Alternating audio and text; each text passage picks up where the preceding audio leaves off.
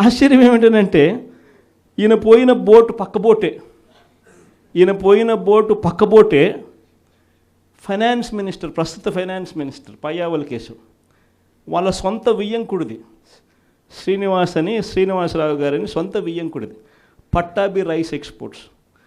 ఆయన ఎక్స్పోర్ట్ చేస్తున్నాడు పక్కన, అదే పోర్ట్లోనే పక్కన. అడిగిపోడు దీంట్లోకి వచ్చి మాట్లాడతాడు. నాకు ఆశ్చర్యం అనిపించింది, అసలు ఏందిరా నాయన ఇది, ఎవరు ప్రభుత్వంలో ఉన్నాము, ఎవడు చేస్తూ ఉన్నాడు అని చెప్పి.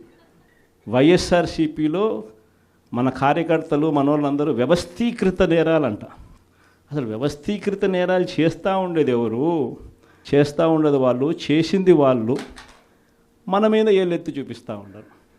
నిజంగా ఇవన్నీ చూసినప్పుడే అసలు ఎందుకు జరుగుతూ ఉన్నాయి ఇవన్నీ అని చెప్పి చూస్తే, రైస్ ఎక్స్పోర్ట్స్లో ఆంధ్ర రాష్ట్రం, ధాన్యం ఎక్స్పోర్ట్, బియ్యం ఎక్స్పోర్ట్స్లో ఆంధ్ర రాష్ట్రం నెంబర్ 1గా ఇప్పుడు నుంచి కాదు, దశాబ్దాలుగా మనమే నెంబర్ 1.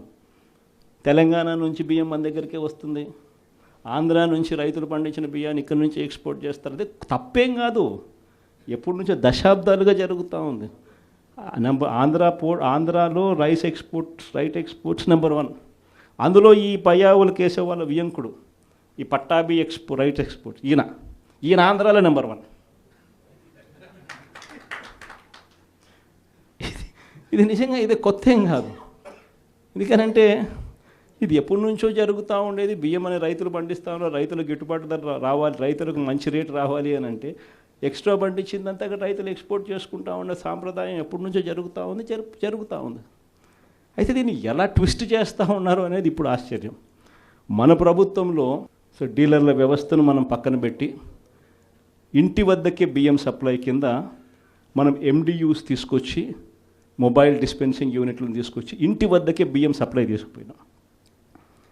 మొట్టమొదటిసారిగా మనం బియ్యం క్వాలిటీని పెంచినాం, మధ్యస్థ సన్నకార బియ్యం ప్రమోట్ చేసినాం, ఇవ్వడం, స్వర్ణ బియ్యం మీద తీసుకొచ్చి షార్టెక్స్ చేసి 800 కోట్ల సంవత్సరానికి అదనపుగా ఖర్చు పెట్టి బియ్యంలో నూకల శాతం తగ్గించి షార్టెక్స్ చేసి ప్రజలకు మంచి బియ్యం, తినగలిగిన బియ్యం ఇస్తే వాళ్ళు ఎదురు అమ్ముకునే పరిస్థితి ఉండదు అని చెప్పి దానికి ఫుల్ స్టాప్ పెట్టే కార్యక్రమం చేసింది ఎప్పుడైనా జరిగింది అని అంటే అది ఒక్క వైఎస్ఆర్సీపీ ప్రభుత్వ హయాంలోనే జరిగింది.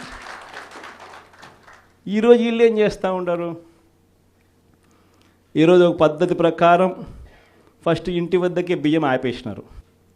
వాళ్ళకి ఇచ్చే బియ్యం ఇంతకుముందు మనం షార్టెక్స్ చేసి మంచి క్వాలిటీ బియ్యం మనం ఇస్తూ ఉంటే, మధ్యస్థ సన్నకార బియ్యం షార్టెక్స్ చేసి మనం ఇస్తూ ఉంటే ఈరోజు లేదు, ఈరోజు నిర్వీర్యం చేశారు. చేసి వీళ్ళు ఇవన్నీ చేస్తూ ఉండి